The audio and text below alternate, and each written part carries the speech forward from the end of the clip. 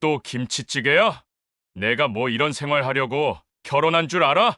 정숙이 애써 웃으며 달래려 하지만 명호의 분노는 걷잡을 수 없이 커져만 갑니다. 비켜! 명호가 정숙을 밀치고 그의 손이 정숙의 뺨을 향해 내리칩니다. 짝 하는 소리와 함께 민수의 눈빛이 번뜩이며 모든 것이 달라지기 시작합니다. 민수는 숨이 막히듯 가슴이 조여왔습니다. 들끓는 분노와 떨림 속에서 손끝이 차갑게 얼어붙는 걸 느꼈습니다. 세상이 멈춘 듯 숨조차 삼켜지는 고요가 찾아왔습니다. 그리고 저는 알았습니다. 오늘 밤 우리 가족의 운명이 뒤바뀔 거라는 것을. 오늘 사연 시작하기 전에 구독과 좋아요는 무료니까 꼭 눌러주시고 댓글로도 응원해주세요.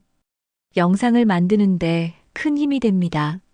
굴다리 밑 좁고 어두운 단칸방, 그곳에는 세 사람의 답답한 일상이 겹겹이 쌓여가고 있었습니다. 지하철이 지나갈 때마다 방 전체가 덜컹거리며 진동했고 형광등은 깜빡거리면서 불안정한 빛을 내뿜고 있었어요. 습기 때문에 벽지가 군데군데 떨어져 나간 이 작은 공간에서 세 사람이 어깨를 맞대고 살아가고 있었죠. 저녁 6시가 조금 넘은 시각, 방 한쪽 구석에 설치된 간이 부엌에서는 국물 끓는 소리가 보글보글 울려 퍼지고 있었습니다. 박정숙이 작은 가스레인지 앞에서 국자로 김치찌개를 저으며 간을 맞춰보고 있었죠. 55세의 정숙, 그녀의 손은 세월의 무게와 고된 노동으로 거칠어져 있었지만 가족을 위한 음식을 만들 때만큼은 여전히 정성스러웠어요. 공간이 좁아서 냄새가 금방 퍼지네. 정숙이 작은 목소리로 혼잣말을 하며 환기구를 열어젖혔습니다. 하지만 굴다리 밑이라 바람이 제대로 통하지 않았어요. 냉장고라고 해봐야 작은 미니 냉장고 하나가 전부였고, 그나마도 소음이 심해서 밤에 잠들기 어려울 정도였죠. 방 한쪽에는 2층 침대가 놓여 있었습니다. 위층은 민수가, 아래층은 정숙과 명호가 함께 쓰고 있었어요.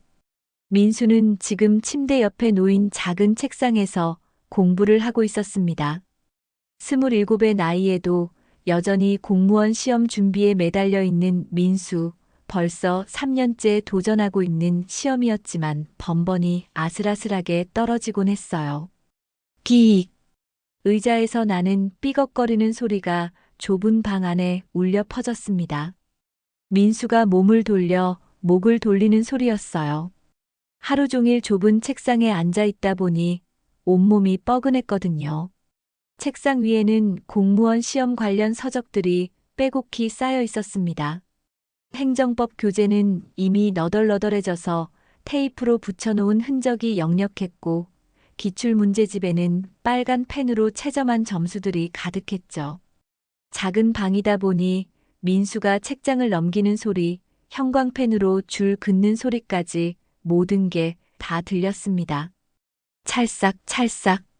때로는 민수가 답답해서 내쉬는 한숨 소리도 방 전체에 퍼졌어요. 휴. 민수가 깊은 한숨을 내쉬며 창문 쪽을 바라봤습니다. 창문이라고 해봐야 굴다리 밑이라 반지하 수준이어서 사람들의 발목 정도밖에 보이지 않았어요. 퇴근길 직장인들의 구두 소리가 따다닥 따다닥 들려왔죠. 어느새 해가 저물어가고 있었지만 이 방은 하루 종일 어둠침침했습니다. 방 가운데에는 작은 탁자가 하나 놓여 있었고 그 앞에 최명호가 앉아 있었습니다. 48살의 명호는 낡은 휴대폰으로 뉴스를 보고 있었어요. 이 좁은 방에는 텔레비전을 놓을 공간도 여유도 없었거든요. 휴대폰 화면에서 나오는 희미한 빛이 그의 얼굴을 비추고 있었습니다. 아, 답답해. 명호가 휴대폰을 탁자에 내려놓으며 중얼거렸습니다. 정숙과 재혼한 지 벌써 3년이 넘었지만 이런 좁은 공간에서의 생활은 여전히 적응이 되지 않았어요. 회사에서는 중간 관리직으로 스트레스를 받고 집에 와서도 이런 답답한 환경이라니. 그의 얼굴에는 하루 종일 쌓인 피로와 짜증이 역력했습니다. 굴다리 위로 지하철이 지나가면서 방 전체가 덜컹거렸습니다. 드르르르. 소음과 함께 형광등도 더욱 심하게 깜빡거렸어요. 이런 일이 하루에도 수십 번씩 반복되었지만 세 사람은 이제 어느 정도 익숙해져 있었죠. 민수야, 밥 먹자. 정숙의 목소리가 좁은 방 안에 울려 퍼졌습니다. 방이 워낙 좁다 보니 큰 소리로 부를 필요도 없었어요. 하지만 민수는 너무 집중해서 못 들었는지 여전히 책에 매달려 있었습니다. 민수야. 정숙이 이번에는 손으로 민수의 어깨를 살짝 건드렸습니다. 저녁 준비됐어. 아, 네. 지금 가요. 민수가 펜을 내려놓으며 고개를 들었습니다.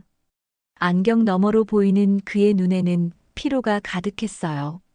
하루 종일 이 답답한 공간에서 공부만 하다 보니 정신이 몽롱했거든요. 정숙이 간이 부엌에서 작은 상을 들고 와 탁자 위에 놓았습니다. 김치찌개가 김이 모락모락 나며 놓여 있었고 그 옆으로 계란말이 한 접시, 김치 몇 조각, 그리고 작은 멸치볶음이 소담스럽게 차려져 있었어요. 좁은 공간의 제약 때문에 반찬 가짓수는 많지 않았지만 정숙이 정성껏 준비한 저녁상이었죠. 공간이 좁아서 제대로 차려드리지 못해서 미안해요. 정숙이 미안한 듯 말하며 세 사람의 그릇에 밥을 담아주었습니다. 그녀의 얼굴에는 늘 그랬듯 조심스러운 표정이 떠올라 있었어요. 세 사람이 작은 탁자를 둘러싸고 앉았습니다. 워낙 좁은 공간이다 보니 서로의 무릎이 거의 닿을 정도였어요. 명호의 얼굴에는 뭔가 불편한 기색이 역력했습니다. 고생했지, 민수야. 정숙이 아들을 바라보며 말했습니다. 이런 열악한 환경에서도 묵묵히 공부하는 아들이 안쓰러웠거든요. 괜찮아요, 엄마. 곧 시험이니까 조금만 더 견디면 돼요. 민수는 작은 미소를 지으며 대답했습니다. 사실 이 답답한 환경에서 공부하는 게 쉽지 않았지만 어머니를 걱정시키고 싶지 않았어요. 명호가 숟가락으로 김치찌개를 한번 저어보더니 한 숟가락 떠서 입에 넣었습니다. 그러더니 눈썹을 찌푸리며 표정을 구겼어요. 또 김치찌개야? 명호의 목소리에 불만이 섞여 나왔습니다. 이렇게 좁은 데서 맨날 똑같은 것만 먹고 내가 뭐 이런 생활 하려고 결혼한 줄 알아? 그 순간 작은 방 안의 공기가 무거워졌습니다. 정숙의 손이 살짝 떨렸고 민수는 젓가락을 든 채로 굳어버렸어요. 좁은 공간이라 명호의 불만이 더욱 압박감 있게 다가왔습니다. 여보, 조금만 참아요. 민수가 시험 붙으면 더 넓은 곳으로 이사 갈 수 있을 거예요. 정숙이 애써 웃음을 지으며 달래려 했습니다. 언제까지 그런 소리야? 벌써 몇 년째 같은 말만 하고 있잖아. 명호의 목소리가 점점 커졌습니다. 좁은 방이라 그 소리가 더욱 크게 울려 퍼졌어요. 민수는 속으로 한숨을 쉬었습니다. 또 시작이구나. 이런 상황을 너무 많이 겪어왔거든요. 좁은 공간에서의 스트레스가 이런 식으로 폭발하는 일이 자주 있었어요. 위에서 또 다른 지하철이 지나가면서 방 전체가 덜컹거렸습니다. 형광등이 더욱 심하게 깜빡거렸고 어둠 속에서 세 사람의 얼굴이 번갈아 나타났다 사라졌어요.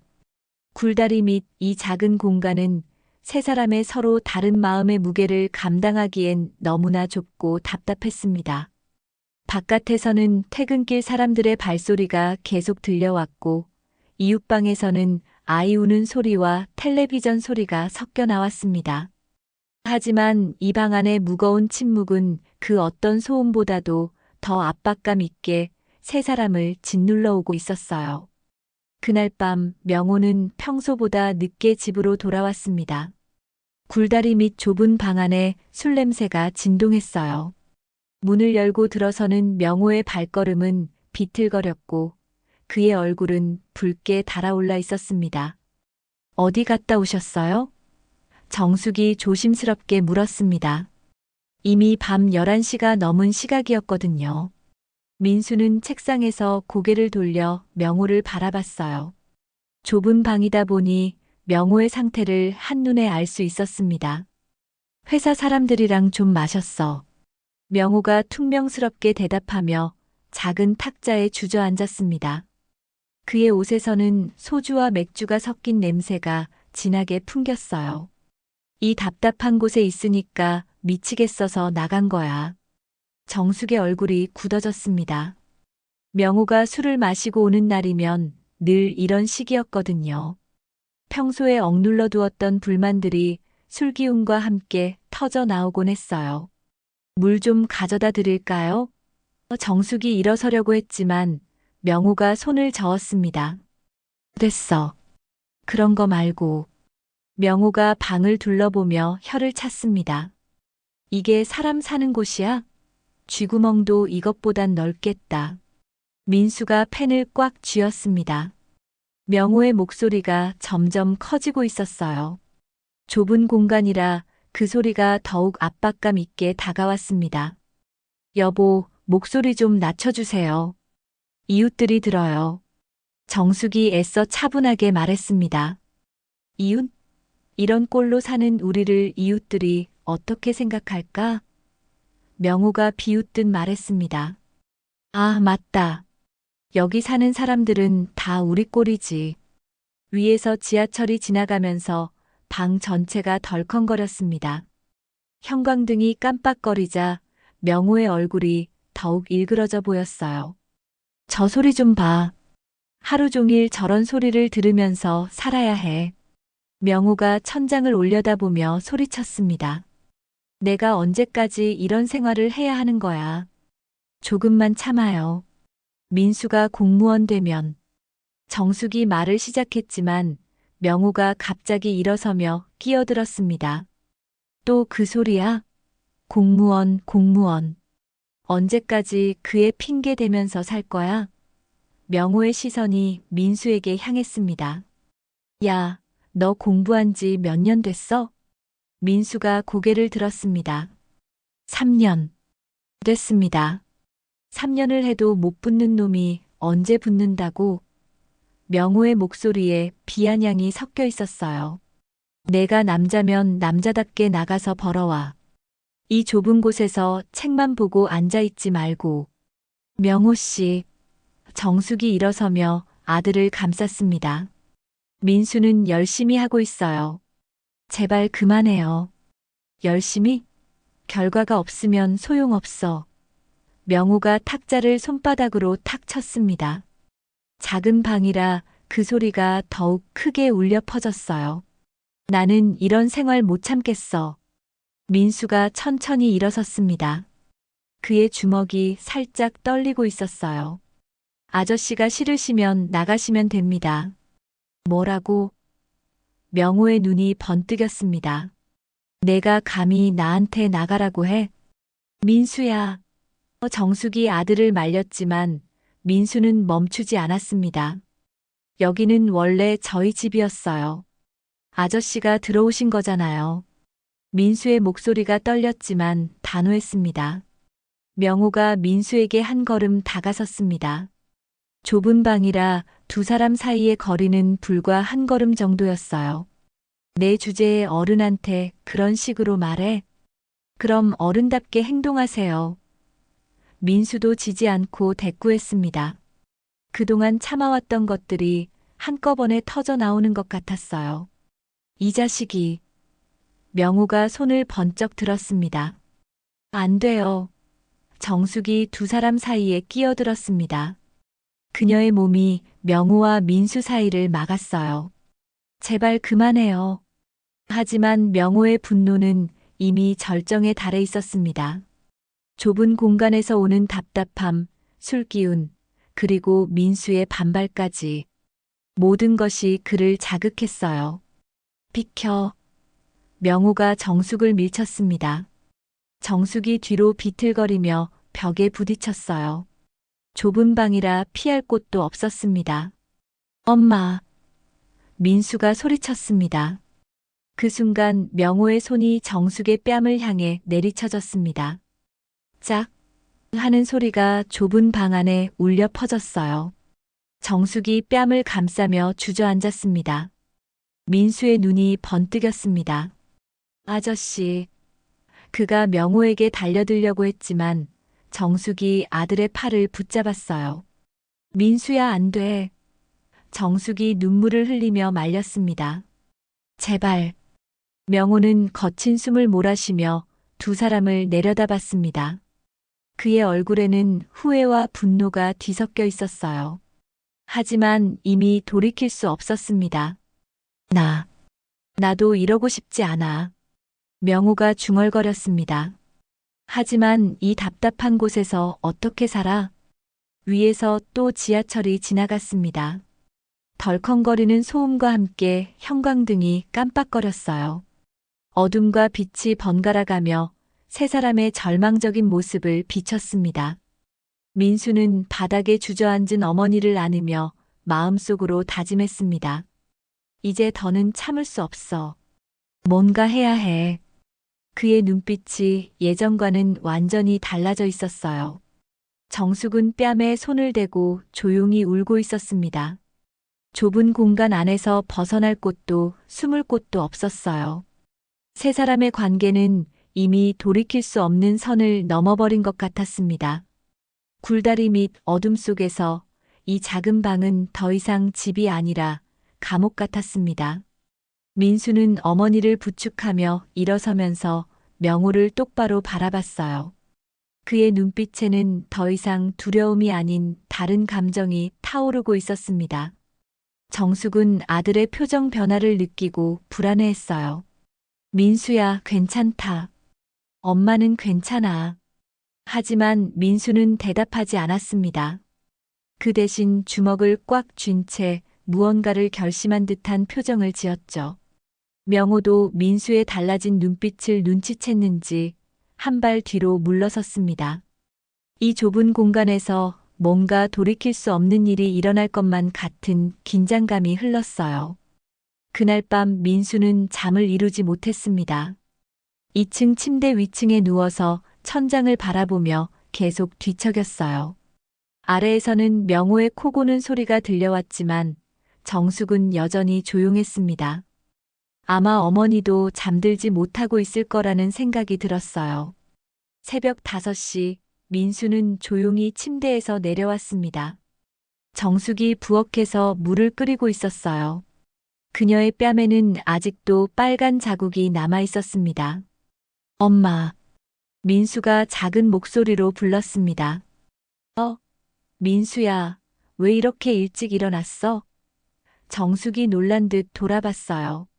그녀는 아들이 자신의 뺨을 보지 못하게 하려고 얼굴을 돌렸습니다. 엄마, 이제 더는 못 참겠어요. 민수의 목소리가 떨렸습니다. 어제 일을 보고도 가만히 있을 수는 없어요. 정숙이 가스불을 끄고 민수에게 다가왔습니다. 민수야, 엄마는 괜찮다고 했잖아. 그냥 잠깐 화가 난 거야. 잠깐이 아니에요, 엄마. 민수가 목소리를 높였습니다. 그러다가 명호가 깰까봐 다시 목소리를 낮췄어요. 이런 일이 벌써 몇 번째예요? 엄마는 맞아도 되는 사람이 아니라고요. 정숙의 눈에 눈물이 고였습니다. 그래도 명호는 나쁜 사람이 아니야. 그냥 이 좁은 곳에서 살다 보니까 스트레스가 많이 쌓인 거야. 스트레스가 쌓였다고 해서 사람을 때려도 되는 거예요? 민수가 어머니의 손을 잡았습니다. 엄마, 저 사람 때문에 우리가 이렇게 살 필요 없어요. 민수는 그동안 참아왔던 모든 것들을 쏟아내기 시작했습니다. 아저씨가 오기 전에는 비록 좁았지만 그래도 평화로웠잖아요. 엄마도 웃음이 많았고요. 그런데 지금은 어때요? 매일 눈치 보면서 살고 계시잖아요. 정숙이 고개를 숙였습니다. 아들의 말이 맞았거든요. 명호와 함께 살기 시작한 후로 정말 웃을 일이 별로 없었어요. 하지만 혼자서 민수를 키우기엔 경제적으로 너무 힘들었던 것도 사실이었습니다. 민수야, 엄마가 혼자서는 이 집 월세도 감당하기 어려워. 너 공부하는 것도 돈이 드는데. 정숙이 한숨을 쉬었습니다. 그럼 제가 알바라도 할게요. 민수가 간절하게 말했습니다. 공부는 밤에 하고 낮에는 일해서 돈을 벌 수 있어요. 그러면 시험은 언제 준비해? 정숙이 걱정스럽게 물었습니다. 민수는 잠시 망설였습니다. 사실 그것도 고민이었어요. 하지만 어머니가 이렇게 고통받는 것을 보고만 있을 수는 없었습니다. 엄마가 더 중요해요. 민수가 단호하게 말했습니다. 시험은 내년에 다시 봐도 되지만 엄마가 다치시면 어떡해요? 그때 침대에서 명호가 뒤척이는 소리가 들렸습니다. 두 사람은 즉시 조용해졌어요. 좁은 방이라 모든 소리가 다 들렸거든요. 잠시 후 명호가 일어나 화장실로 향했습니다. 그의 얼굴은 숙취 때문에 부어 있었고 어제 일을 기억하는지 정숙을 쳐다보지도 않았어요. 물 좀. 명호가 중얼거렸습니다. 정숙이 재빨리 컵에 물을 따라 건넸습니다. 명호는 물을 마시더니 다시 침대로 향했어요. 그런데 민수가 그의 앞을 막아섰습니다. 아저씨. 민수가 조용히 말했습니다. 왜? 명호가 귀찮은 듯 대답했습니다. 어제 엄마한테 사과하세요. 민수의 목소리는 차분했지만 단단했어요. 명호가 눈을 찌푸렸습니다. 뭐? 엄마를 때리신 것에 대해 사과하라고요. 민수가 명호와 눈을 마주쳤습니다. 민수야. 정숙이 아들을 말렸지만 민수는 물러서지 않았습니다. 어제 일은 내가 술을 너무 많이 마셔서. 명호가 중얼거렸습니다. 술을 마셨다고 해서 사람을 때려도 되는 건 아니죠. 민수가 끝까지 밀어붙였습니다. 명호의 얼굴이 붉어졌습니다. 야, 내가 지금 나한테 훈계하는 거야? 훈계가 아니라 당연한 요구예요. 민수가 한 발짝 더 다가섰습니다. 엄마는 아저씨가 화풀이할 대상이 아니라고요. 이 자식이. 명호가 다시 화를 내려고 했지만 민수가 먼저 말했습니다. 또 때리시려고요? 민수의 눈빛이 번뜩였습니다. 어제처럼 또 엄마를 때리시려고요? 명호가 멈춰섰습니다. 민수의 눈빛이 어제와는 완전히 달랐거든요. 더 이상 참고 피하려는 모습이 아니라 정면으로 맞서려는 의지가 보였어요. 민수야, 그만해. 정숙이 아들의 팔을 잡았습니다. 괜찮다고 했잖아. 하지만 민수는 어머니의 말을 듣지 않았습니다. 엄마, 괜찮지 않아요. 이런 식으로 살 수는 없어요. 민수가 작은 책상으로 가서 휴대폰을 집어들었습니다. 아저씨가 사과 안 하시면 저는 다른 방법을 찾을 거예요. 다른 방법? 명호가 의아해했습니다. 경찰서에 신고하든지 아니면. 민수가 휴대폰 화면을 켜며 말했습니다. 가정폭력 상담센터에 도움을 요청하든지요. 명호의 얼굴이 창백해졌습니다. 야, 그게 무슨 소리야? 어제 일은 명백한 가정폭력이었어요. 민수가 휴대폰으로 무언가를 검색하기 시작했습니다. 이런 일이 계속되면 저도 가만히 있지 않을 거예요. 정숙이 깜짝 놀라 민수를 바라봤습니다. 아들이 이렇게 적극적으로 나서는 건 처음이었거든요. 그동안 늘 참고 피하기만 했던 민수가 이렇게 당당하게 맞서는 모습을 보니 놀라우면서도 걱정됐어요. 명호는 잠시 말없이 서 있다가 중얼거렸습니다. 미안하다. 누구한테 사과하시는 거예요? 민수가 계속 밀어붙였습니다. 명호가 정숙을 쳐다봤습니다. 정숙 씨, 미안합니다.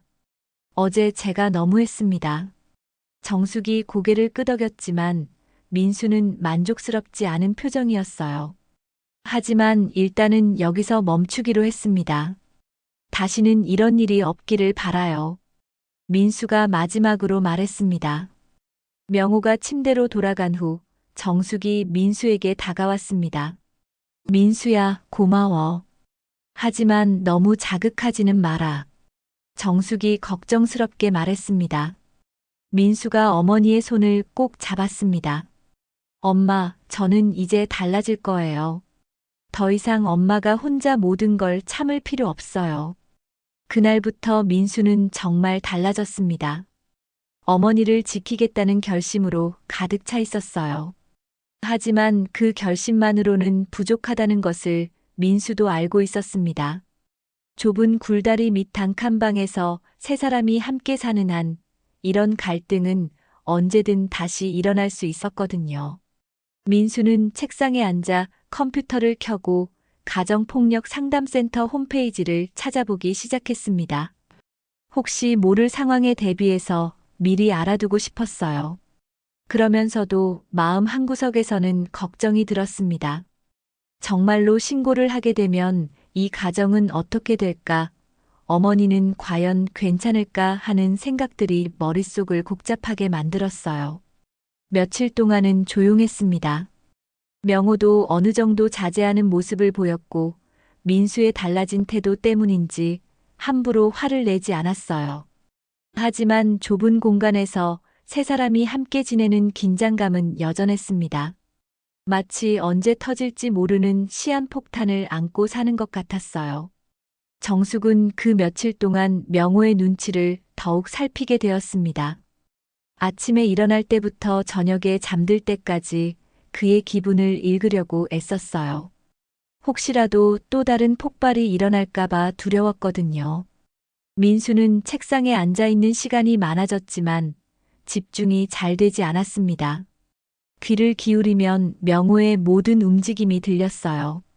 화장실 가는 소리, 한숨 쉬는 소리, 휴대폰 만지는 소리까지.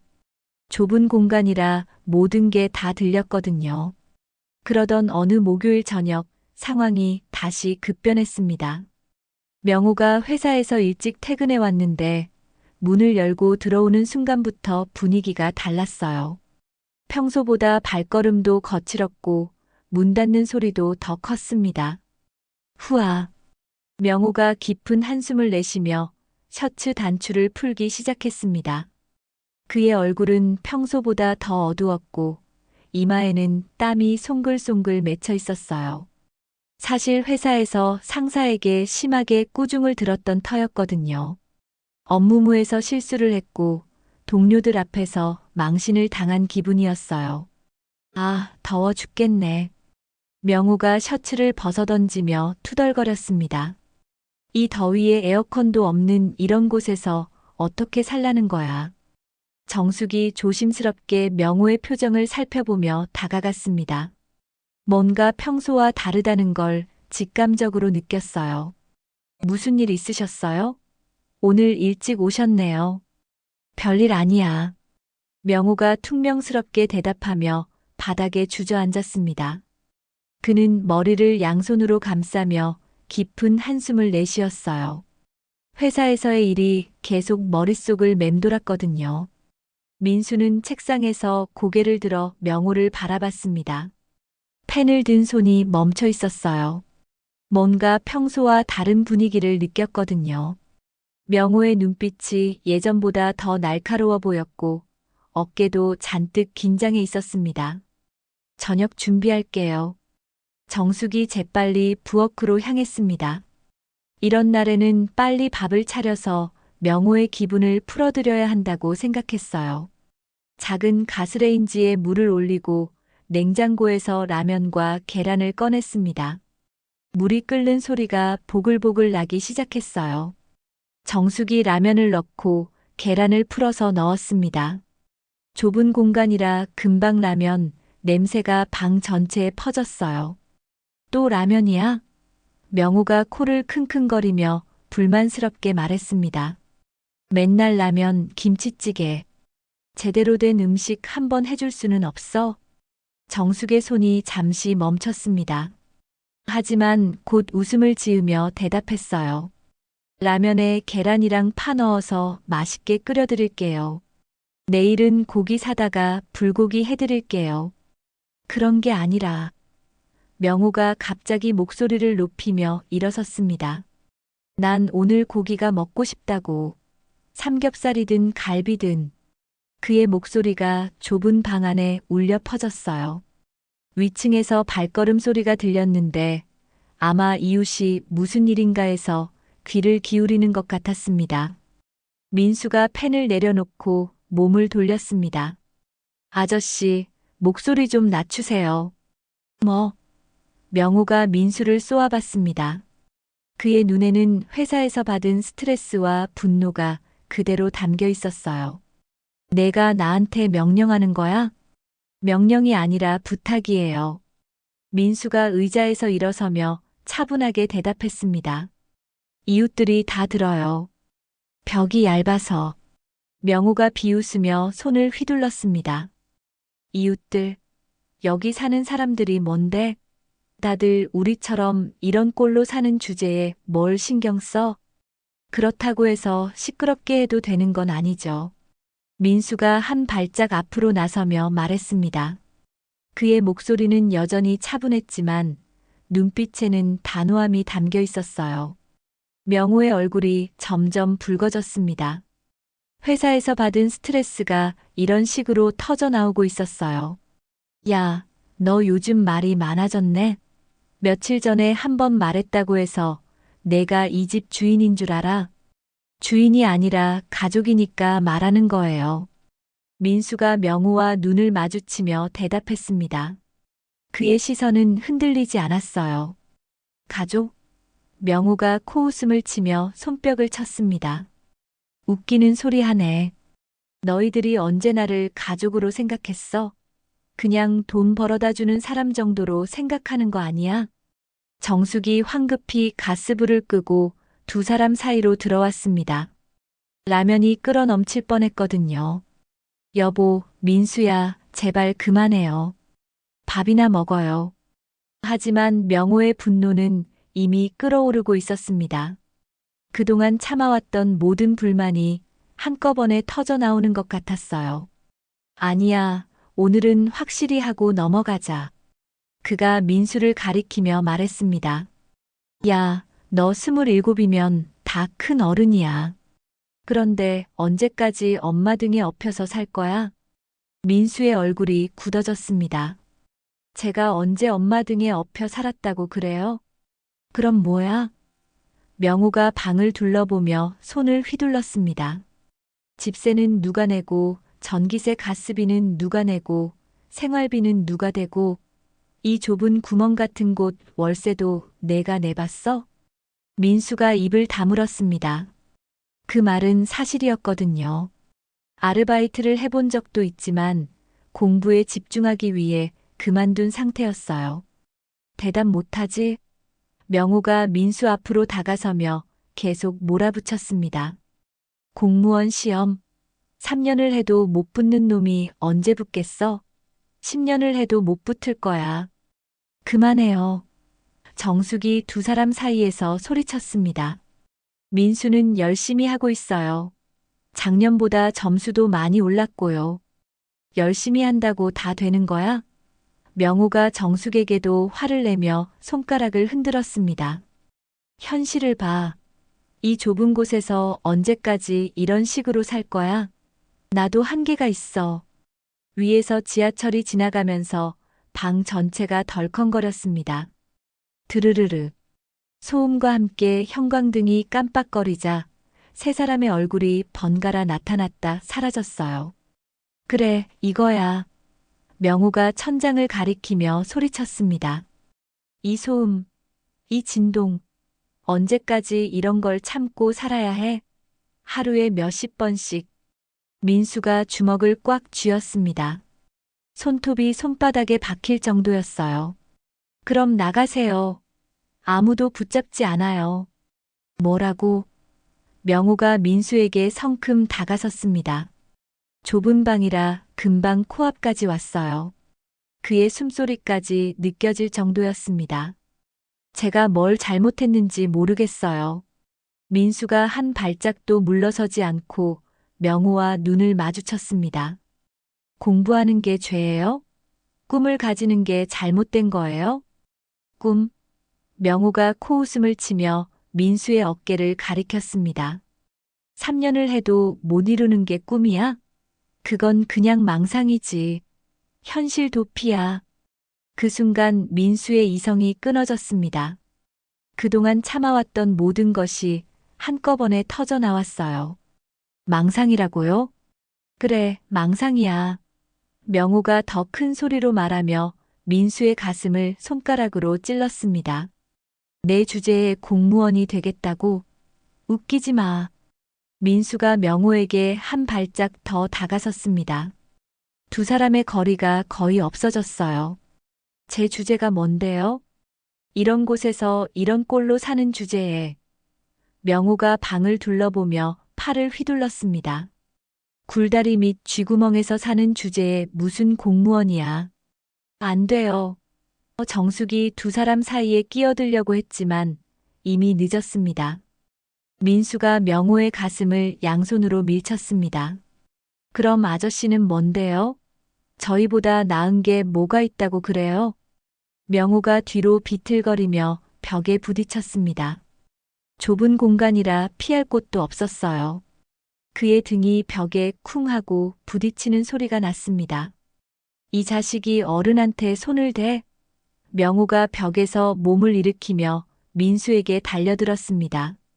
두 사람이 좁은 방에서 몸싸움을 벌이기 시작했어요. 탁자가 넘어지면서 라면 그릇이 바닥에 떨어졌고 민수의 책들이 사방으로 흩어졌습니다. 정숙이 울부짖으며 말렸지만 소용없었어요. 그만해. 제발 그만해. 정숙의 목소리가 좁은 방 안에 울려 퍼졌습니다. 몸싸움은 오래가지 않았습니다. 좁은 공간에서 두 사람이 제대로 움직일 수도 없었거든요. 결국 정숙이 울면서 말린 끝에 두 사람은 서로 떨어져 서게 되었어요. 하지만 공기는 여전히 험악했습니다. 명호가 거친 숨을 몰아쉬며 민수를 노려봤습니다. 야, 너 진짜 끝까지 가고 싶어? 민수도 어깨를 들썩이며 대답했습니다. 끝까지 갈 게 뭐가 있어요? 아저씨가 먼저 시작한 거잖아요. 그만해, 제발. 정숙이 두 사람 사이에서 울부짖었습니다. 이러면 안 돼요. 하지만 명호는 멈추지 않았습니다. 오히려 더 큰 목소리로 소리쳤어요. 좋아, 그럼 확실히 하자. 나 내일부터 이 집 안 들어온다. 그 말에 정숙의 얼굴이 창백해졌습니다. 여보, 그런 말 하지 마세요. 왜? 이 좁은 곳에서 이런 대접받으면서 살고 싶지 않아. 명호가 자신의 옷을 집어들며 말했습니다. 난 이제 지쳤어. 민수가 냉정하게 말했습니다. 그러세요. 아무도 말리지 않을 거예요. 민수야. 정숙이 아들을 말렸지만 민수는 돌아보지도 않았습니다. 명호가 옷을 대충 입으며 문 쪽으로 향했습니다. 좋아. 그럼 앞으로 너희끼리 살아봐. 집세도 너희가 내고 생활비도 너희가 해결하고. 문이 쾅 하고 닫혔습니다. 그 후로 방 안은 정적에 휩싸였어요. 정숙이 바닥에 흩어진 라면, 국물을 바라보며 주저앉았습니다. 민수야. 정숙의 목소리가 떨렸습니다. 이제 어떡하지? 민수가 어머니 옆에 앉았습니다. 엄마, 괜찮아요. 제가 뭔가 방법을 찾을게요. 무슨 방법을 찾아? 정숙이 고개를 들며 물었습니다. 월세만 50만 원인데 내 파트타임 일자리로는 감당이 안 돼. 민수도 그걸 모르는 건 아니었습니다. 어머니는 마트에서 파트타임으로 일하고 있었지만 그 수입으로는 이 좁은 방에 월세조차 빠듯했거든요. 제가 일을 구할게요. 민수가 단호하게 말했습니다. 공부는 저녁에 하고 낮에는 일해서 돈을 벌 수 있어요. 그럼 시험은? 정숙이 걱정스럽게 물었습니다. 민수가 잠시 망설였습니다. 사실 그것도 고민이었어요. 일을 하면서 공부를 병행하기란 쉽지 않았거든요. 하지만 지금 상황에서는 어쩔 수 없었습니다. 시간을 잘 맞춰서 해볼게요. 민수가 어머니의 손을 잡았습니다. 무슨 일이 있어도 엄마랑 같이 살 거예요. 정숙의 눈에 눈물이 고였습니다. 미안해, 민수야. 엄마가 잘못했어. 왜 엄마가 잘못했어요? 민수가 어머니를 안으며 말했습니다. 엄마는 아무 잘못 없어요. 하지만 정숙은 자책감에 빠져 있었습니다. 내가 명호랑 결혼하지 않았으면, 우리가 둘이서만 살았으면 이런 일은 없었을 텐데. 엄마, 그런 생각하지 마세요. 민수가 어머니의 어깨를 토닥였습니다. 엄마도 행복할 권리가 있어요. 두 사람은 바닥에 흩어진 물건들을 정리하기 시작했습니다. 넘어진 탁자를 다시 세우고 떨어진 책들을 주워 담았어요. 라면, 국물은 이미 바닥에 다 쏟아져서 걸레로 닦아야 했습니다. 정말 괜찮을까? 정숙이 바닥을 닦으면서 중얼거렸습니다. 민수는 확신이 서지 않았지만 어머니 앞에서는 당당하게 말했습니다. 괜찮을 거예요. 제가 책임질게요. 그날 밤 민수는 잠들지 못하고 계속 생각했습니다. 내일부터 당장 일자리를 구해야 했어요. 하지만 특별한 기술이나 경험이 없는 상황에서 얼마나 벌 수 있을지 막막했습니다. 다음 날 아침 민수는 일찍 일어나 컴퓨터를 켰습니다. 구인구직 사이트를 뒤지며 당장 시작할 수 있는 일자리를 찾아봤어요. 배달, 편의점, 공장. 여러 가지 일들이 있었지만 대부분 하루 종일 해야 하는 일들이었습니다. 민수야, 뭐 하고 있어? 정숙이 부엌에서 아침을 준비하며 물었습니다. 일자리 알아보고 있어요. 민수가 화면을 보며 대답했습니다. 오늘 몇 군데 전화해 볼게요.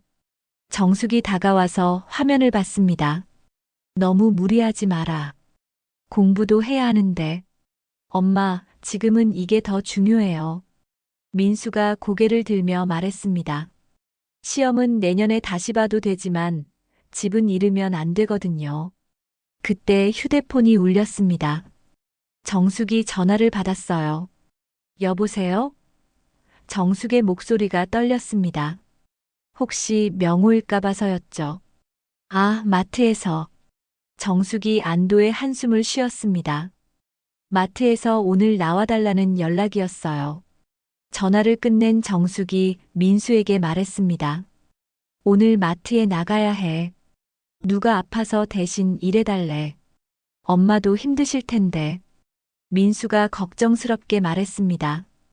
괜찮아. 지금은 일할 수 있을 때 최대한 해야지. 정숙이 옷을 갈아입으며 말했습니다. 민수가 어머니를 배웅한 후 혼자 남은 방에서 다시 구직 사이트를 봤습니다. 그러다가 한 가지 눈에 띄는 공고를 발견했어요. 새벽 배달 일이었는데 새벽 4시부터 아침 9시까지 하는 일이었습니다. 이거면 오후에는 공부할 수 있겠네. 민수가 혼잣말을 했습니다. 민수는 곧바로 전화를 걸었습니다. 운 좋게도 당장 내일부터 시작할 수 있다는 답변을 받았어요. 시급은 그리 높지 않았지만 매일 5시간씩 일하면 한 달에 상당한 돈을 벌 수 있을 것 같았습니다. 전화를 끊은 민수는 잠시 안도의 한숨을 쉬었습니다. 일단 첫 번째 문제는 해결된 것 같았어요. 하지만 여전히 마음 한구석에는 불안이 남아 있었습니다. 정말 괜찮을까? 민수가 좁은 방을 둘러보며 중얼거렸습니다. 하지만 이제 돌아갈 수는 없었어요. 어머니를 지키기 위해서라면 무엇이든 해야 했습니다. 민수는 책상 서랍을 열어 작은 통장을 꺼냈어요. 그동안 용돈을 모아둔 것과 아르바이트 했던 돈이 조금 들어 있었죠. 하지만 한 달 생활비로도 부족한 금액이었습니다. 그때 휴대폰이 다시 울렸어요. 혹시 명호일까 싶어 화면을 봤지만 모르는 번호였습니다. 여보세요? 민수가 조심스럽게 전화를 받았어요. 민수 씨죠? 어머니 일 때문에 연락드렸는데요. 상대방의 목소리가 진지했습니다. 민수의 심장이 빨리 뛰기 시작했어요. 어머니에게 무슨 일이 생긴 걸까요? 어머니가 마트에서 쓰러지셨어요. 전화기 너머 목소리가 민수의 심장을 멈춰 세웠습니다. 지금 병원으로 이송 중이니까 빨리 오세요. 민수의 손에서 휴대폰이 떨어질 뻔했어요. 어디 병원이요? 시립병원 응급실입니다. 빨리 오시길 바라요. 전화가 끊어진 후 민수는 잠시 멍하니 서 있었습니다. 그러다가 정신을 차리고 급하게 옷을 챙겨 입었어요. 마음이 급해서 신발도 제대로 신지 못했습니다. 굴다리를 뛰어나와 대로까지 달려갔어요. 버스를 타려고 했지만 마침 택시가 지나가는 게 보였습니다. 민수는 손을 번쩍 들어 택시를 세웠어요. 시립병원 응급실로 빨리 가주세요. 민수가 숨을 헐떡이며 말했습니다. 택시 기사가 민수의 급한 표정을 보고 곧바로 출발했어요. 가는 동안 민수의 머릿속은 온통 어머니 생각뿐이었습니다. 무슨 일이 생긴 거지? 많이 아프신 건 아니겠지? 병원에 도착하자마자 민수는 응급실로 뛰어갔습니다. 간호사에게 정숙의 이름을 말하자 침대 번호를 알려줬어요. 엄마. 민수가 커튼을 젖히며 들어갔습니다. 정숙이 침대에 누워 있었어요. 얼굴은 창백했지만 의식은 있었습니다. 민수를 보자 눈물이 고이더군요. 민수야. 미안해. 정숙이 작은 목소리로 말했습니다. 엄마, 괜찮으세요? 어디가 아프세요? 민수가 어머니의 손을 잡으며 물었습니다. 그때 의사가 들어왔습니다. 보호자분이시죠? 네, 아들입니다. 민수가 일어서며 대답했습니다. 어머님이 과로와 스트레스로 인한 일시적인 기절을 하셨어요. 혈압도 많이 높아져 있고요. 의사가 차트를 보며 설명했습니다. 요즘 많이 힘드셨나 봅니다. 민수는 고개를 숙였습니다. 어머니가 이렇게 된 것도 결국 자신 때문이라는 생각이 들었어요. 며칠 푹 쉬시면 괜찮아지실 거예요. 하지만 스트레스 관리를 잘 하셔야 합니다. 의사가 처방전을 건네며 말했습니다. 의사가 나간 후 민수는 어머니 곁에 앉았습니다. 엄마, 제가 잘못했어요. 어제 명호 아저씨랑 싸우지 말았어야 했는데. 아니야, 민수야. 정숙이 아들의 손을 꼭 잡았습니다. 내가 잘못한 게 아니야. 엄마가 약해서 그런 거야.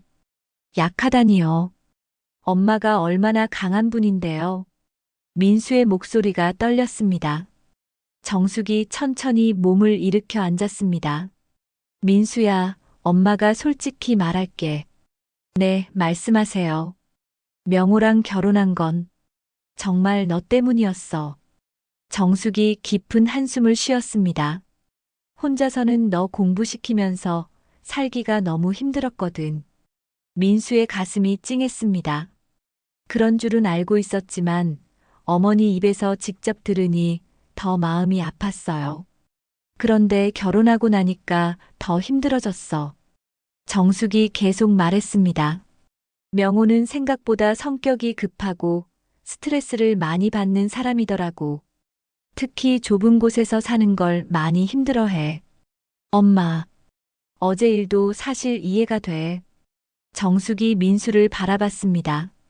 남자가 저런 곳에서 살면서 인정받지 못한다는 느낌을 받으면 얼마나 힘들겠어. 민수가 고개를 들었습니다. 그렇다고 해서 엄마를 때려도 되는 거예요? 그건 아니지. 하지만 정숙이 망설였습니다. 명호도 나쁜 사람은 아니야. 그냥 환경이 사람을 그렇게 만든 것 같아. 그때 커튼 밖에서 목소리가 들렸습니다. 실례합니다. 명호였습니다. 그가 조심스럽게 커튼을 젖히고 들어왔어요. 손에는 꽃다발을 들고 있었습니다. 정수가 명호의 목소리가 떨렸습니다. 괜찮아? 정숙이 놀란 표정으로 명호를 바라봤습니다. 어떻게 여기를? 마트에서 연락받고 바로 왔어. 명호가 꽃다발을 침대 옆 탁자에 놓으며 말했습니다. 정말 미안해. 민수는 명호를 경계하는 눈빛으로 바라봤어요. 하지만 명호의 표정에는 진심 어린 후회가 담겨 있었습니다. 어제 내가 너무했어. 명호가 정숙에게 고개를 숙였습니다. 회사에서 일이 안 풀려서 화가 났는데 그걸 집에서 풀었어. 정말 미안해. 정숙의 눈에 눈물이 고였습니다. 괜찮아. 나도 많이 힘드셨을 거라는 걸 알아. 명호가 민수를 바라봤습니다. 민수야, 너한테도 미안하다. 어른이 아이한테 그런 말을 하면 안 되는 건데. 민수는 대답하지 않았습니다. 아직 명호를 완전히 믿을 수는 없었거든요. 앞으로는 이런 일 없을 거야. 명호가 정숙의 손을 조심스럽게 잡았습니다. 내가 변할게. 정숙이 고개를 끄덕였습니다. 고마워. 하지만, 우리 좀 더 넓은 곳으로 이사 가면 안 될까? 정숙이 조심스럽게 말했습니다. 그 좁은 곳에서는 누구라도 스트레스 받을 것 같아. 명호가 잠시 생각하더니 고개를 끄덕였습니다. 그래. 내가 돈을 더 벌어서 좀 더 나은 곳으로 이사하자. 민수가 놀란 표정으로 두 사람을 바라봤어요. 갑작스러운 변화에 당황스러웠거든요. 정말? 정숙이 눈을 빛내며 물었습니다. 응. 대신 시간이 좀 걸릴 수도 있어. 명호가 민수를 보며 말했습니다. 민수도 도와주면 더 빨리 될 텐데. 민수는 여전히 망설였습니다. 명호를 완전히 믿기는 어려웠지만 어머니가 이렇게 기뻐하시는 모습을 보니 마음이 복잡했어요. 일단 집으로 돌아가서 천천히 얘기하자. 정숙이 침대에서 일어나려고 했습니다. 안 돼, 엄마. 오늘은 푹 쉬셔야 해. 민수가 어머니를 말렸습니다. 결국 정숙은 하루 더 병원에 입원하기로 했어요. 명호와 민수는 어색한 분위기 속에서 함께 집으로 돌아갔습니다. 좁은 방에 다시 들어서니 어제의 일이 생생하게 떠올랐어요. 하지만 이제는 뭔가 달라져야 할 것 같았습니다. 명호가 방 한가운데 서서 어색하게 주변을 둘러봤어요. 어제까지만 해도 이 공간이 감옥 같았는데 지금은 왠지 다르게 느껴졌습니다. 민수야. 명호가 조심스럽게 입을 열었어요. 우리 진짜 새로 시작해보자. 어머니를 위해서라도. 민수는 대답 대신 창문 쪽을 바라봤습니다. 굴다리 위로 지나가는 사람들의 발소리가 들렸어요. 그 소리가 오늘따라 유독 크게 느껴졌습니다. 과연 이 좁은 공간에서 세 사람이 다시 평화롭게 살 수 있을까요? 민수의 마음속에는 여전히 의문이 남아 있었어요. 그날 밤은 유난히 조용했습니다. 명호와 민수는 각자 자리에 앉아 있었지만 어색한 침묵만이 좁은 방을 가득 채우고 있었어요. 정숙이 없으니 방이 더욱 텅 빈 것 같았습니다. 민수야. 명호가 먼저 입을 열었습니다. 우리 진짜 얘기해보자. 민수는 책을 보는 척했지만 사실 한 글자도 들어오지 않았어요. 무슨 얘기요? 앞으로 어떻게 살 건지 말이야. 명호가 탁자에 팔꿈치를 괴며 말했습니다. 어머니도 그러시고 우리도 이대로 계속 싸우면서 살 수는 없잖아. 민수가 책을 내려놓고 명호를 바라봤습니다. 아저씨가 변한다고 해서 제가 믿을 거라고 생각해요? 그럴 만하지. 명호가 고개를 끄덕였습니다. 내가 그동안 너무했으니까. 그동안이 아니라 어제도 그랬잖아요. 민수의 목소리에 아직 화가 남아 있었어요. 엄마를 때리고 저한테 망상이라고 하고. 명호가 깊은 한숨을 쉬었습니다. 그래, 내가 잘못했어. 변명할 생각도 없고. 그럼 뭐가 달라질 거라고 생각하세요? 민수가 따지듯 물었습니다. 명호는 잠시 말없이 천장을 바라봤어요. 위에서 지하철이 지나가면서 방이 덜컹거렸지만 이상하게도 오늘은 그 소리가 덜 거슬렸습니다. 솔직히 말하면 명호가 입을 열었습니다. 이 좁은 곳에서 사는 게 정말 힘들어. 회사에서도 스트레스 받고 집에 와서도 숨 쉴 곳이 없고 그게 엄마 때릴 이유가 돼요? 민수가 끼어들었습니다. 아니야. 그건 절대 안 되는 일이야. 명호가 단호하게 말했습니다. 다시는 그런 일 없을 거야. 약속할게. 민수는 여전히 의심스러운 표정이었어요. 약속은 말로만 하는 거잖아요. 그럼 어떻게 하면 믿겠어? 명호가 진지하게 물었습니다. 민수가 잠시 생각해 봤습니다. 일단 술 끊으세요. 술? 아저씨가 문제 일으키는 건 대부분 술 마시고 나서잖아요. 민수가 똑똑히 말했습니다. 술만 마시면 성격이 완전히 달라져요. 명호가 고민하는 표정을 지었어요. 사실 술은 그에게 유일한 스트레스 해소 방법이었거든요. 그리고 민수가 계속 말했습니다. 엄마한테 화낼 때 저한테 먼저 말하세요. 너한테? 네. 엄마한테 바로 화내지 말고 저한테 먼저 말해서 같이 해결책을 찾아봐요. 민수가 제안했습니다. 명호가 놀란 표정으로 민수를 바라봤어요. 예상치 못한 어른스러운 제안이었거든요.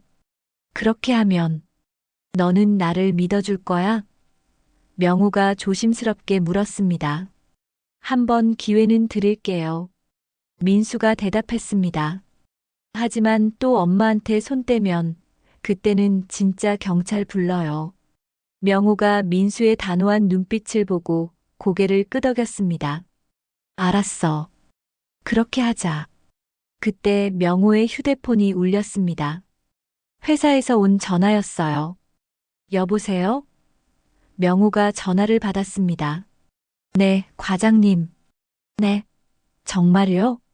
전화 내용을 듣던 명호의 얼굴이 점점 밝아졌어요. 민수도 궁금해서 귀를 기울였습니다. 네, 알겠습니다. 감사합니다. 명호가 전화를 끊고 민수를 바라봤습니다. 무슨 일이에요? 민수가 물었습니다. 승진됐어. 명호가 기뻐하며 말했습니다. 대리에서 과장으로. 민수도 놀랐어요. 정말요? 응. 그리고 급여도 많이 올라간대. 명호가 웃으며 말했습니다. 이제 정말 더 넓은 곳으로 이사할 수 있을 것 같아. 하지만 민수는 금방 표정이 굳어졌어요. 그런데 아저씨 혼자 승진한 거면 저희는 어떻게 돼요? 명호가 민수의 말뜻을 이해하고 고개를 끄덕였습니다. 걱정하지 마. 우리 가족이잖아. 같이 이사하는 거야. 가족. 민수가 그 말을 되뇌었습니다. 비록 처음에는 어색했지만 이제는 정말 가족이 되고 싶어. 명호가 진심을 담아 말했습니다. 너도 내 아들이고 정숙이도 내 아내고. 민수의 마음이 조금씩 풀리기 시작했어요. 하지만 아직 완전히 믿을 수는 없었습니다. 일단 엄마가 퇴원하시면 다시 얘기해봐요. 민수가 말했습니다. 그래. 그럼 내일 어머니 모시고 와서 같이 의논하자. 명호가 동의했습니다. 다음 날 오후 정숙이 퇴원했습니다. 세 사람은 좁은 방에 다시 모여 앉았어요. 하지만 이번에는 분위기가 완전히 달랐습니다. 정말 승진된 거야? 정숙이 명호를 바라보며 물었습니다. 월급도 거의 100만 원 가까이 올라. 명호가 기뻐하며 대답했습니다. 그럼 이제 정말 이사할 수 있겠네. 정숙의 얼굴에 희망이 떠올랐어요. 그런데 어디로 이사 갈 거예요? 민수가 현실적인 질문을 했습니다. 명호가 휴대폰을 꺼내서 부동산 앱을 보여줬어요. 여기 봐. 이 근처에 투룸이 있어. 조금 비싸긴 하지만 감당할 만해. 정숙과 민수가 화면을 들여다봤습니다. 지금보다 훨씬 넓고 깨끗한 집이었어요. 민수 방도 따로 있고 우리 방도 따로 있어. 명호가 설명했습니다. 그리고 부엌도 제대로 된 게 있고. 민수의 눈이 반짝였어요. 자신만의 방이 생긴다는 것이 꿈만 같았거든요. 언제부터 이사할 수 있어? 정숙이 물었습니다. 다음 달 초부터 가능해. 보증금만 모으면 돼. 명호가 계산기를 두드리며 말했습니다. 민수가 조심스럽게 말했습니다. 제가 아르바이트해서 도와드릴게요. 정말? 명호가 놀란 표정으로 민수를 바라봤습니다. 네. 이제 저도 가족의 일원이니까 당연히 도와야죠. 민수가 어색하지만 진심을 담아 말했습니다. 명호의 눈이 촉촉해졌어요. 고마워, 민수야. 정숙이 두 사람을 번갈아 보며 미소를 지었습니다. 드디어 진짜 가족이 되는 것 같았거든요. 그날 밤 세 사람은 새로운 시작에 대한 희망으로 가득 찬 채 잠들었습니다. 좁은 굴다리 밑 방이었지만 이제는 따뜻한 가족의 보금자리처럼 느껴졌어요. 하지만 민수는 쉽게 잠들지 못했습니다. 침대 위에 누워서 천장을 바라보며 생각에 잠겼거든요. 정말 달라질 수 있을까? 아직도 마음 한구석에는 의심이 남아 있었어요. 명호의 변화가 진심인지 아니면 일시적인 감정인지 확신할 수 없었거든요. 그때 아래에서 명호가 뒤척이는 소리가 들렸습니다. 그도 잠을 이루지 못하고 있는 것 같았어요. 과연 이 평화가 얼마나 지속될 수 있을까요? 새로운 집으로 이사하면 정말 모든 것이 달라질까요? 민수는 복잡한 마음으로 창밖을 바라봤습니다. 굴다리 위로 마지막 지하철이 지나가는 소리가 들렸어요. 한 달 후 이사하는 날이 드디어 왔습니다. 굴다리 밑 단칸방에 이삿짐 트럭이 서 있었어요. 비록 짐이 많지는 않았지만 세 사람에게는 새로운 인생의 시작을 알리는 중요한 순간이었습니다. 조심해서 옮겨주세요. 정숙이 이삿짐 센터 직원들에게 부탁했습니다.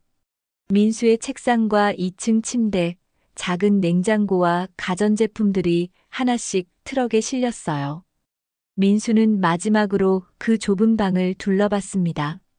힘들었던 기억들이 많았지만 동시에 가족이 되어가는 과정이 담긴 소중한 공간이기도 했거든요. 아쉬워? 명호가 민수 옆에 서며 물었습니다. 조금요. 여기서 많은 일들이 있었으니까. 민수가 솔직하게 대답했습니다. 그래, 우리에게는 소중한 곳이었어. 명호가 고개를 끄덕였습니다. 하지만 이제 더 좋은 곳에서 새로 시작하는 거야. 새로운 집은 굴다리에서 멀지 않은 다세대 주택 2층이었어요. 투룸의 작은 거실과 분리된 부엌까지 있었습니다. 이전에 비하면 정말 궁전 같았어요. 와, 민수가 자신의 방 문을 열며 감탄했습니다. 작지만 창문이 있어서 햇빛이 환하게 들어왔어요. 더 이상 지하철 소음에 시달리지 않아도 되었습니다. 마음에 들어. 정숙이 아들을 바라보며 웃었습니다. 네, 정말 좋아요. 민수가 방 안을 이리저리 둘러보며 기뻐했습니다. 이제 진짜 집중해서 공부할 수 있을 것 같아요. 명호가 거실에서 소파를 배치하며 말했습니다. 민수야, 올해 시험에는 꼭 붙자. 아빠가 최대한 지원해 줄게. 민수가 깜짝 놀라 명호를 바라봤어요. 방금 명호가 자신을 아빠라고 했거든요. 아, 미안. 갑자기 그렇게 불러서. 명호가 어색해하며 말했습니다. 아니에요. 좋아요. 민수가 미소를 지으며 대답했습니다. 이제 정말 가족이니까. 정숙이 부엌에서 그 대화를 들으며 눈물을 훔쳤어요. 드디어 진짜 가족이 된 것 같았거든요. 그날 저녁 세 사람은 새 집에서의 첫 식사를 했습니다. 넓은 식탁에서 여유롭게 앉아 밥을 먹을 수 있다는 것이 너무 행복했어요. 정말 조용하네. 정숙이 창밖을 바라보며 말했습니다. 지하철 소리도 안 들리고, 응, 이제 푹 잘 수 있겠어. 명호가 웃으며 대답했습니다. 스트레스도 많이 줄어들 것 같고, 민수는 자신의 방에서 책을 펴고 공부를 시작했습니다. 조용한 환경 덕분에 집중력이 훨씬 좋아졌어요. 문제집을 풀다 보니 어느새 밤이 깊어져 있었습니다. 민수야, 너무 늦게까지 하지 마. 정숙이 방문을 살짝 열고 말했습니다. 네, 조금만 더 하고 잘게요. 민수가 대답했습니다. 정숙이 따뜻한 우유 한 잔을 가져다 줬어요. 몸 상하지 말고 해라. 이런 평화로운 일상이 몇 달 동안 계속되었습니다.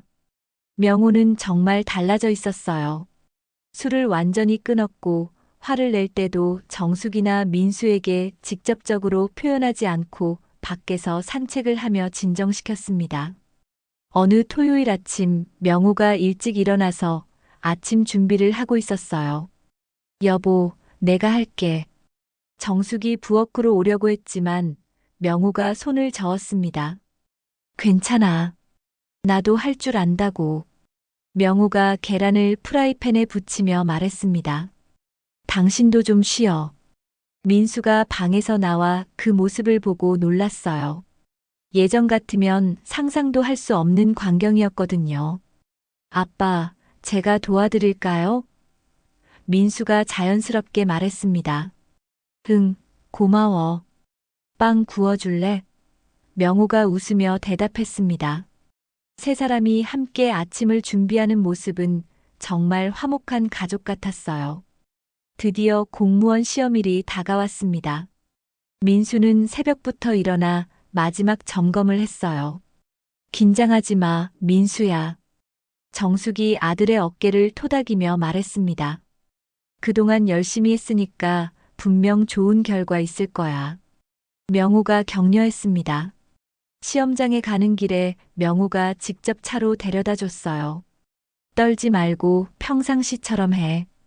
우리가 응원하고 있어. 네, 다녀오겠습니다. 민수가 시험장으로 들어가며 손을 흔들었습니다. 시험이 끝난 후 몇 주가 지나고 드디어 합격자 발표일이 되었습니다. 민수는 떨리는 마음으로 컴퓨터 앞에 앉았어요. 발표 시간 됐다. 민수가 중얼거리며 사이트에 접속했습니다. 정숙과 명호도 긴장한 채로 민수 뒤에 서 있었어요. 합격자 명단. 민수가 스크롤을 내리며 자신의 번호를 찾았습니다. 이게 내 번호다. 정말? 정숙이 화면을 자세히 보며 물었습니다. 네, 정말 합격했어요. 민수가 벌떡 일어나며 소리쳤습니다. 야호! 명호가 민수를 번쩍 안아 올렸습니다. 우리 아들이 해냈다. 정숙은 감격해서 눈물을 펑펑 흘렸어요. 정말 자랑스러워, 민수야. 그날 저녁 세 사람은 근처 한식당에서 축하 저녁을 먹었습니다. 명호가 특별히 비싼 한정식을 주문했어요. 이제 정말 새로운 인생이 시작되는 거네. 명호가 축배를 들며 말했습니다. 아빠 덕분이에요. 아빠가 이사시켜주지 않았으면 이런 결과 못 얻었을 거예요. 민수가 진심으로 말했습니다. 우리 가족이니까 당연한 거야. 명호가 뿌듯해하며 대답했습니다. 집으로 돌아오는 길에 정숙이 말했습니다. 예전 살던 곳 한번 가볼까? 세 사람은 굴다리 밑 예전 집 앞에 섰어요. 이미 다른 사람이 살고 있었지만 그들에게는 소중한 추억이 담긴 곳이었습니다. 여기서 정말 많은 일이 있었네. 명호가 감회에 젖어 말했습니다. 힘들었지만 소중한 시간이었어요. 민수가 고개를 끄덕였습니다. 이 좁은 곳에서 우리가 진짜 가족이 됐으니까. 정숙이 두 남자의 팔짱을 끼며 말했습니다. 세 사람은 서로를 바라보며 웃었어요. 이제 그들은 진정한 가족이었습니다. 새 집으로 돌아가는 길, 민수가 말했습니다. 앞으로 더 행복하게 살아요, 우리. 그럼 당연하지. 명호와 정숙이 동시에 대답했습니다. 그렇게 그들의 새로운 이야기가 시작되었어요. 몇 년이 흘러 민수는 이제 공무원으로서 안정적인 생활을 하고 있었습니다. 명호는 부장으로 승진했고 정숙은 오랜 꿈이었던 작은 베이커리 카페를 열게 되었어요. 세 사람은 더 넓은 아파트로 이사해서 각자의 꿈을 이루며 살았습니다. 가끔 힘든 일이 있을 때면 굴다리 밑에서 함께 보낸 그 시간들을 떠올렸어요. 그때의 아픔과 갈등이 있었기에 지금의 소중함을 더욱 깊이 느낄 수 있었거든요. 우리가 진짜 가족이구나. 정숙이 두 남자를 바라보며 자주 중얼거렸습니다. 세 사람의 마음속에는 이제 따뜻한 사랑만이 가득했어요. 끝까지 시청해주셔서 감사합니다. 저희 이야기가 작은 위로가 되었길 바랍니다. 구독과 좋아요는 무료니까 꼭 눌러주시고 댓글로도 응원해주세요. 다음에도 좋은 이야기로 찾아뵙겠습니다.